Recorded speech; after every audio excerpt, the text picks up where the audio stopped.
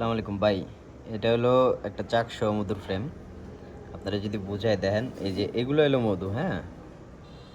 এই যে লিচুর পুরা মাঠে এলো এতটুক মধু হইছে। প্রায় 60% মতো মধু হইছে। বাকি 40% এই যে খোপগুলো আছে না, এগুলাতে কিন্তু ভাই মধু ছিল না, এগুলো হলো ফুলের রস। বাংলাদেশের যত মধু, মানে এটা হলো পুরা সরিষার মাঠে একবার কালেকশন দেয়া, হ্যাঁ? 60% মধু হয়েছে। তাহলে বুঝেন, পুরো বাংলাদেশে সবসময় লিচুর মাঠে মিনিমাম 7-8টা টান মধু হয়।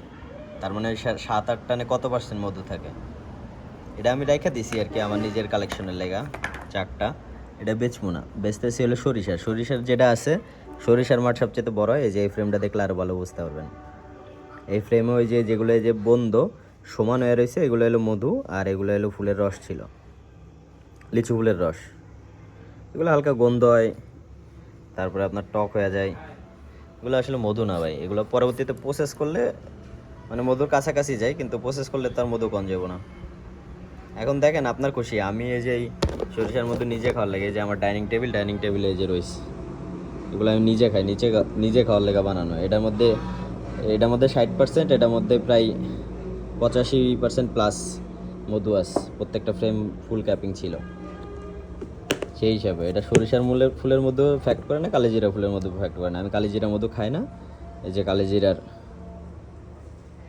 সরিষার মধ্যে দিয়ে, এই যে জমা মধু দিয়ে আমি এই যে কালিজিরা করে রাখছি, এটা খাই। কালিজিরা মধুতে এটা খাওয়া ভালো। আর এটাও সিওরিটি দিয়ে কইতে পারবো, কালিজিরা মধুতে এই মধু ভালো।